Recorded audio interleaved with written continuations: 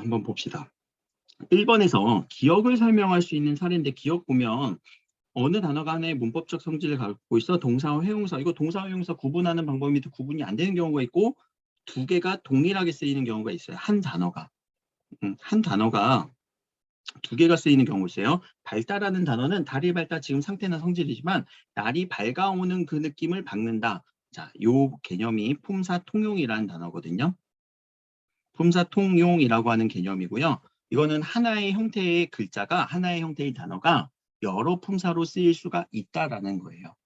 하나 알고 있으면 좋아요. 특히 동사와 형용사가 구분하기 힘들 때 요 는의 결합 여부를 따져주면 된다라는 거죠. 그래서 는의 결합 여부를 하면 기대가 크다, 지금 크다라는 거고 쑥쑥 큰다라고 했으니까 여기가 형용사, 여기가 동사 구분할 수 있으면 되겠죠. 적절한 거는 그래서 형용사 동사가 두 개 다 쓰인 거고 속눈썹은 길다, 긴 여름방학이다. 겨울방학이 길다. 속눈썹은 길다. 길는다 안 되죠. 그렇죠? 그리고 이때 기는요. 기 플러스 는이 아니라 은이에요. 은이 결합된 형용사죠. 둘 다 형용사. 젊은 형용사죠. 나이가 어린 거요. 어린 상태니까 따뜻하다, 따뜻한 지금 형태 상태와 성질이죠. 따뜻한다 안 되니까 따뜻한다 안 되네. 늦는다, 늦은. 자, 너 너무 자꾸 늦는 거 아니야? 늦는 거 아니야? 라고 할 때는 요 늦다가 여기서의 너무 늦는다, 시간이 너무 늦는다, 외출하기엔 너무 늦는다 라고 하면은 안 되네. 그럼 형용사예요. 근데 우리 너 자꾸 늦는 거 아니야? 라고 얘기할 때 뭐 해서 나는 자꾸 늦는다 라고 할 때는 얘도 동사로 쓰일 가능성이 있어요. 그러나 여기에서는 아니란 얘기지. 은과 결합했고 늦은 나이가 늦다라고 표현한 거니까 둘 다 형용사라서 그래요. 그렇죠? 그러니까 늦다라는 것도 우리가 품사 통용이 되는 부분이구나라는 걸 알고 계시면 좋고요. 자, 용언의 어간 어미는 계속 문제 낼 겁니다. 제가. 그래서 선어말 어미, 어말 어미 나눈 거고 밑에 봅시다. 선어말 어미에서는 높임 표현, 그리고 시, 그리고 시제 표현이 일어나죠. 과거, 현재, 미래. 심었구나. 먹었겠니.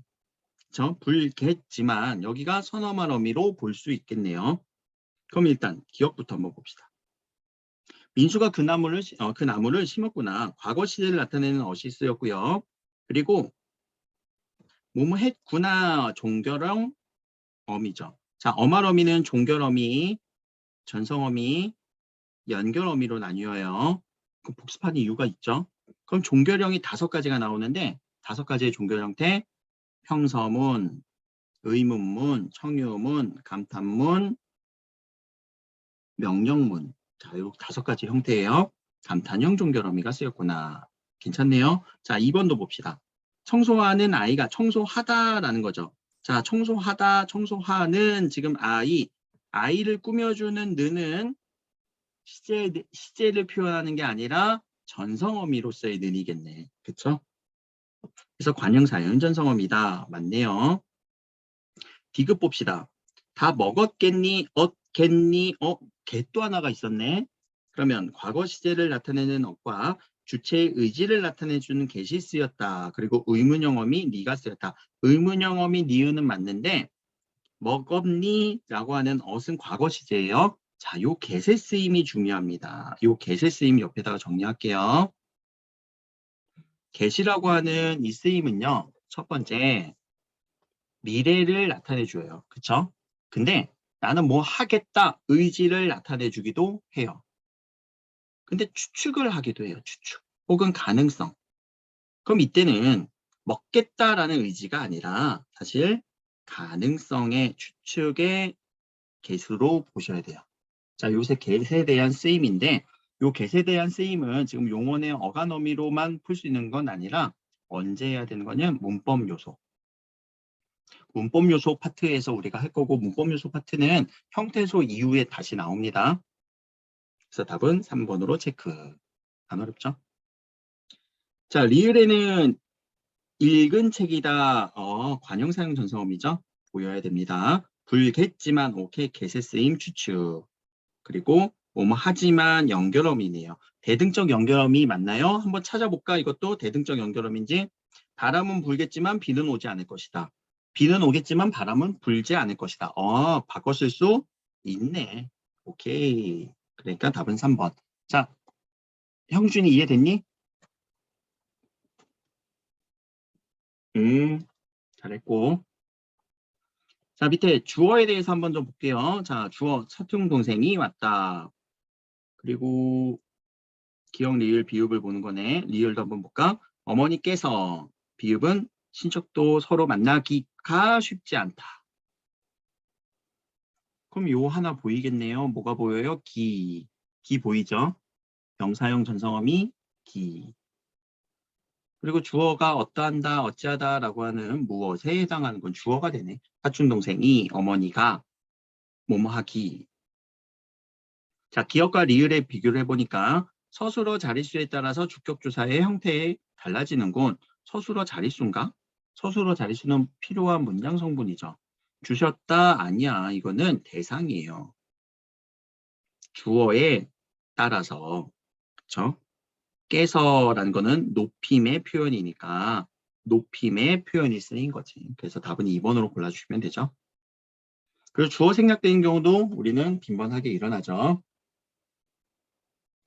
그리고 이 가라고 하는 건 우리 이 형태 관계다라는 거 나중에 또 설명할 기회 있을 것 같아요.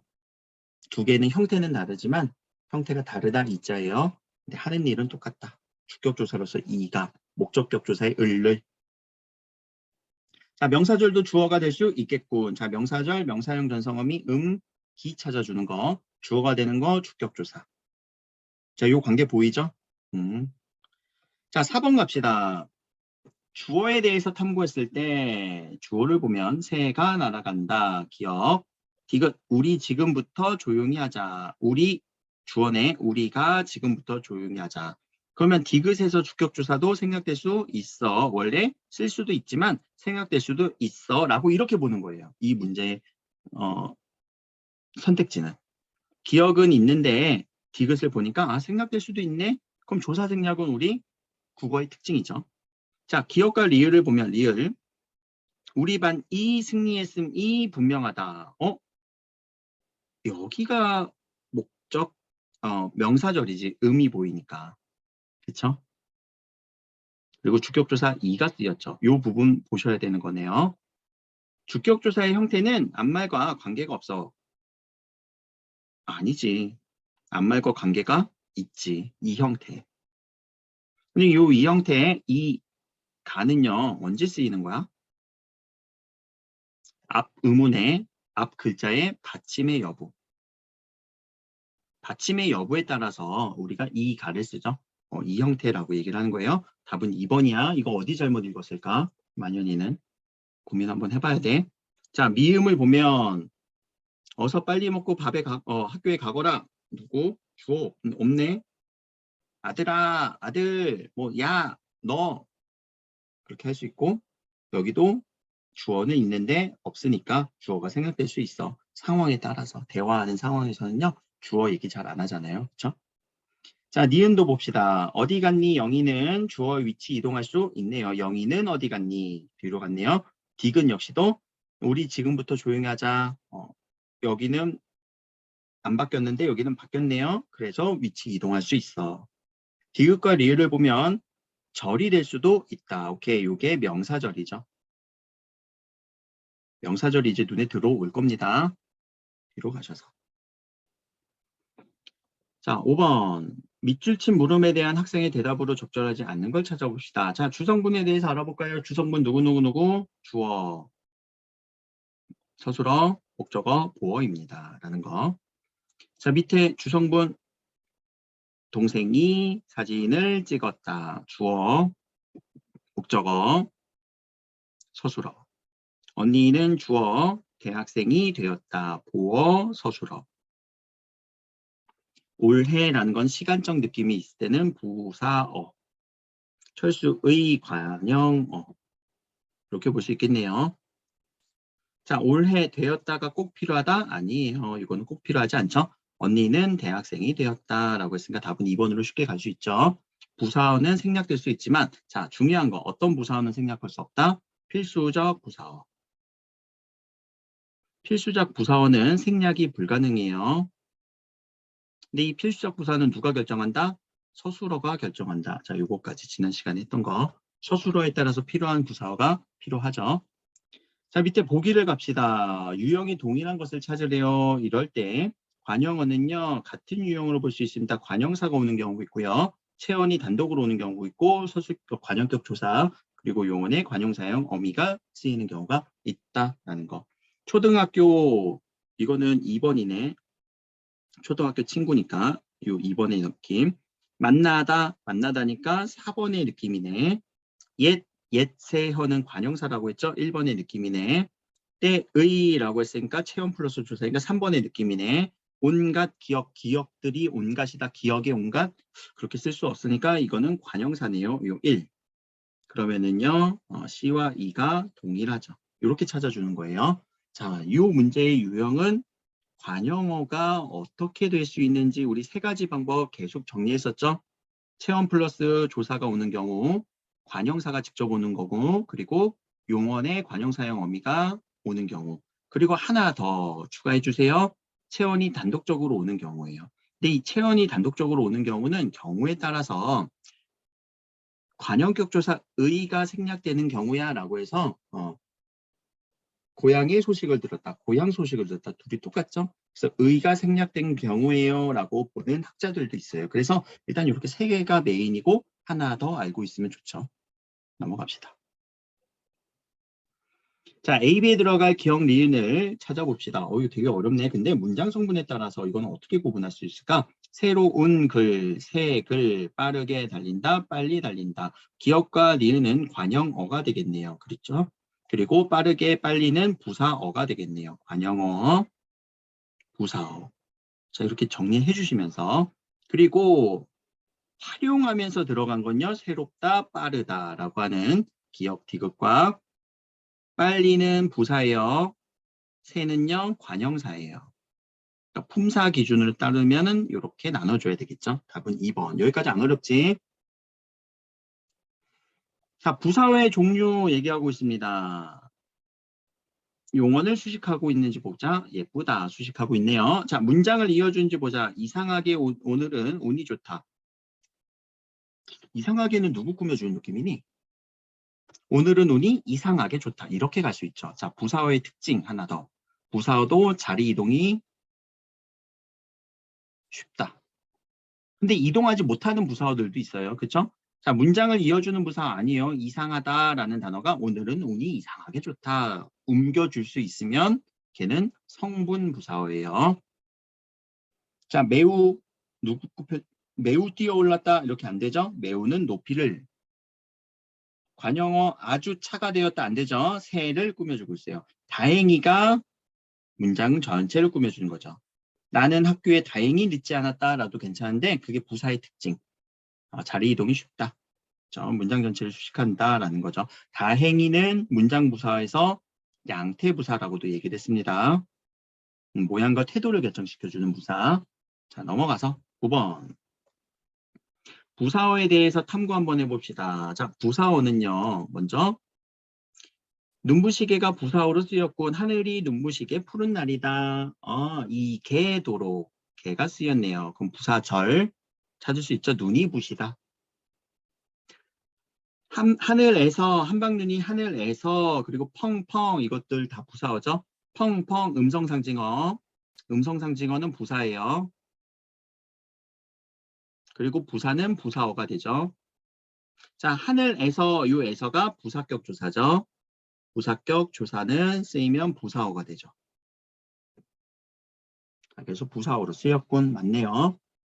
자, 누구를 너무 샀다? 에이, 너무 샀다는 아니잖아. 너무 누구를 꾸며줘요? 서술어가 아니라 관형, 특히 관형사를 꾸며주고 있죠. 관형어 자리에는 관형사를 꾸며주고 있네요. 3번.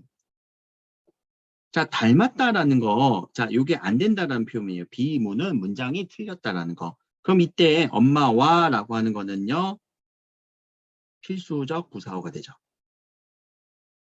부사어의 특징 중에서 하나 필수적 부사어가 있다. 영희는 책을 읽는다. 취미로는 지워도 가능하네요. 이때 부사어를 우리는 수의적 부사어라고 얘기를 합니다. 좀 어려운 말이에요. 수의적은 그때그때 달라요.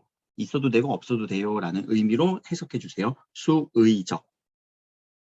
자, 모든 것이 죄로 되었다, 되다 라는 거죠.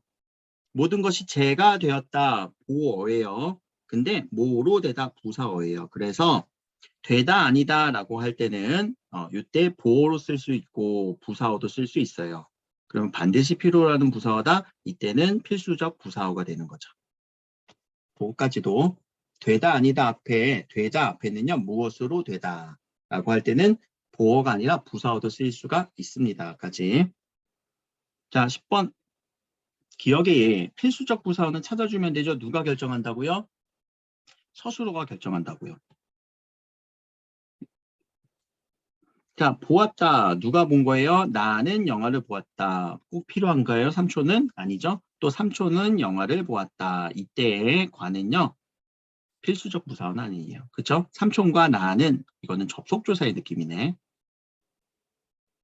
근데 접속해주는 부사다라고도 얘기를 합니다. 근데 이 상황에서는 필수적 부사어는 아니다라는 거. 자, 어제 본 것은 무엇과 비슷하다. 그치? 비슷하다는 건 비교 대상이 필요한 거죠. 그러면 이거는 필수적 부사어 맞네요. 자, 인공위성이 이탈했습니다. 이탈했습니다. 어디에서 이탈해야 되는지 그 부분이 필요하죠. 서술어의 느낌. 근데 우리는 만났습니다. 선생님을 만났습니다. 어디서 만났는지는 중요하지 않을 수도 있어요. 그쵸? 그래서 필수적 부사어는 이때는 에서. 잡았습니다. 그들은 멧돼지를 잡았다만 해도 말이 괜찮아요. 그러니까 얘는 필요 없는 부사어네. 자, 무엇으로 라고 할 때 여기 보면 도구, 수단, 방법 이런 느낌이 있을 때도 우리는 부사격 조사라고도 얘기를 했습니다. 기억나셔야 돼요. 근데 필수적 부사어는 아니네요. 자, 삼았다. 왕은 그 기사를 지우면 말이 되나? 삼았다. 안 되네. 무엇으로 삼았다. 그쵸? 어떤 자격 지위로 삼았다라고 했을 때 우리는 요 삼았다 어떤 뭐 수단 그 느낌이 있으니까 필수적 부사의 느낌이 있네요. 몽둥이로는 필수적은 아니었고. 자, 기후는 적합하다. 기후가 적합하대. 뭐에? 변홍사에 적합하다. 얘도 필요한 거죠. 비교 대상이죠. 어떤 대상이 필요한 거. 자, 나는 할머니 댁을 방문했습니다. 지워도 말이 되네요. 자, 여기서도 하나 필요한 거, 에라고 할 때는 공간의 느낌이 있으면 우리는 부사격 조사라고 얘기를 했죠. 근데 이 공간이 실제 우리가 장소의 느낌이 있거나 혹은 시간의 느낌이 있어도 다 부사격 조사, 그리고 부사어가 되는 거예요. 이런 친구들은. 자, 여기는 없어도 되는 거. 자, 선생님께서는 주셨습니다. 누구한테 주는지 필요하죠. 수요 동사 같은 경우는 수요 대상이 필요합니다. 그때 부사어예요. 자, 빌렸습니다. 당연히 빌리는 대상이 필요하죠. 이때는 다 필수적 부사어입니다. 어떤 대상을 나타낼 때 그 대상이 필수적으로 꼭 필요합니다. 그렇죠? 수요 대상인지 뭐 빌리는 대상인지 그런 느낌. 자, 그래서 답은 여기까지 5번. 자, 문제풀이는 이런 정도로 여러분들이 한번 시간 제한 없이 푸는 거니까 제가 미리 드리고 이 정도까지를 풀 수 있으면은 금방금방 실력이 늘 거예요. 이해되셨죠? 자, 오늘 수업 여기까지 할게요.